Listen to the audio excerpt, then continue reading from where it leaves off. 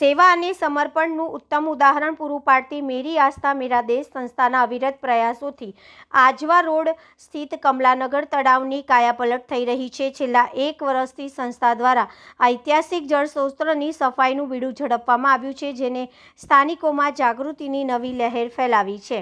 વડોદરા શહેરના આજવા રોડ વિસ્તારમાં આવેલ કમલાનગર તળાવ એક સમયે ઉપેક્ષાનો ભોગ બન્યું હતું, પરંતુ હવે મેરી આસ્થા મેરા દેશ સંસ્થાના પ્રમુખ શ્રી સુનિલભાઈ પરમાર અને તેમની સમર્પિત ટીમની અથાગ મહેનતથી તળાવની રોનક પાછી ફરી રહી છે।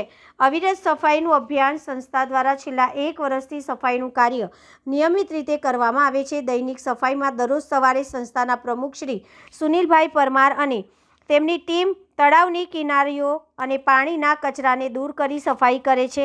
રવિવારે મહાઅભિયાન થાય છે। દર રવિવારના રોજ સંસ્થાના તમામ કાર્યકર્તાઓ એકઠા થઈને સફાઈનું વ્યાપક અભિયાન ચલાવે છે, જેના કારણે તળાવની પરિસ્થિતિમાં નોંધપાત્ર સુધારો જોવા મળી રહ્યો છે। નગરજનોને નમ્ર અપીલ છે કે પૂજા સામગ્રી અને કચરો તળાવમાં નાખશો નહીં।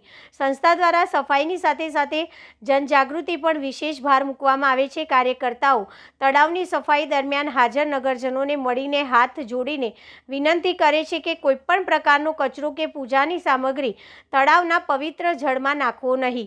શ્રી સુનિલભાઈ પરમાર જણાવે છે કે આ તળાવની વર્તમાન સારી પરિસ્થિતિ એ માનવસર્જિત પ્રયાસોનું પરિણામ છે।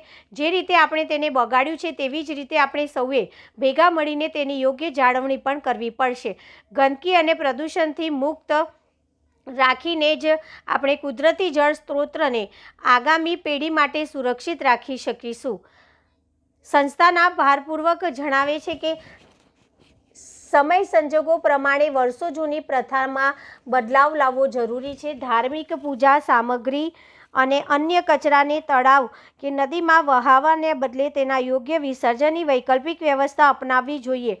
આવો સકારાત્મક બદલાવ જળ સ્ત્રોતની પવિત્રતા જાળવવામાં મદદરૂપ થશે।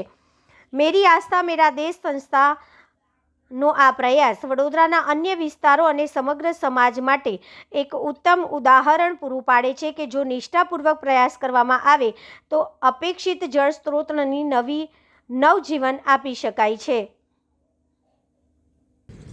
मेरी आप सबसे एक गुजारिश है, रिक्वेस्ट है that means कि ये जो प्राकृतिक संपदा है वो हमारे लिए है। यदि कोई चीज़ हमारे लिए होती है तो हम उसको स्वच्छ रखते हैं, ना कि अपने घर का सारा कचरा लाके उसमें डाल देते हैं।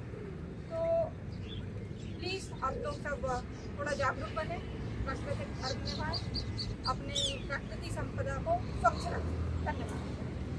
मेरी आस्था मेरा देश ट्रस्टના અમે ટ્રસ્ટી વોલેન્ટિયર અને આજુબાજુની જનતા મળીને આજે રવિવારનો ટાઈમ છે 30 નવેમ્બર 2025 સવારે 7 થી 9નો અમે પ્રોગ્રામ રાખીએ છીએ દર રવિવારે।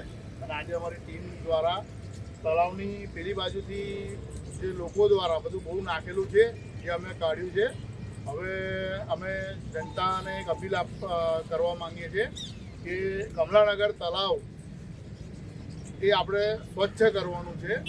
અત્યારે કમલાનગર તળાવની જે દશા છે તો તમે એવું માની શકો કે આ તળાવને કેન્સર થઈ ગયું છે। અને એ કેન્સર એવું થઈ ગયું છે કે જે પોલિથીનની થેલી છે, જે કમળની જે નીચે જે ગાંઠો હોય એની અંદર એવી બધી વીંટાઈ ગયેલી છે, ચૂંદડીને એવું બધું અમે કાઢીએ છીએ તો બહુ ખરાબ પોઝિશન છે। તો જેવો સમય બદલાયો છે એવી રીતના આપણે બી બદલાવવું પડશે, જાગૃત થવું પડશે અને આ પ્લાસ્ટિકની પોલિથીનની થેલી સાથે નાખવાનું તમે બંધ કરો। આપણા તળાવ અને નદીઓ આ બધું દૂષિત થતું જાય છે। પહેલાંના જમાનામાં આપણે આ બધી પ્રથા માનતા હતા, તો અત્યારે બી આપણે આની અંદર સુધારો લાવી શકીએ છીએ। પહેલાંના જમાનામાં સતી પ્રથા બી હતી, તો કેમ આપણે અત્યારે સતી પ્રથા બંધ કરી દીધી અને આપણે કહીએ છીએ કે જૂની પરંપરા છે કે તળાવ નદીમાં નાખવું। તો આની અંદર બી તમારે સુધારો લાવવો પડશે અને આપણે સુધરીશું તો આપણે આપણા બાળકોને આવનારી જે પેઢી છે એ લોકોને આપણે સ્વચ્છ તળાવ, સ્વચ્છ નદી આપણે આપીશું। અને તમે અમારી સાથે જોડાઈ શકો છો। મેરી આસ્થા મેરા દેશ ટ્રસ્ટ છે। અમે લોકો જેની પાસે સમય હોય એ અમે લોકો રોજે જ અહીંયા આવીએ છીએ સાફ સફાઈ કરવા માટે। અને આ તળાવ પર અમે એક વિસર્જન પોઈન્ટ બનાવવાના છે કે જેનાથી લોકોની આસ્થા બી બની રહે અને આજુબાજુના તળાવ વિસ્તારની અંદર લોકો દ્વારા નાખવામાં ના આવે। તો અમારી સાથે જોડાઓ અને સહયોગ આપો। જય ભારત।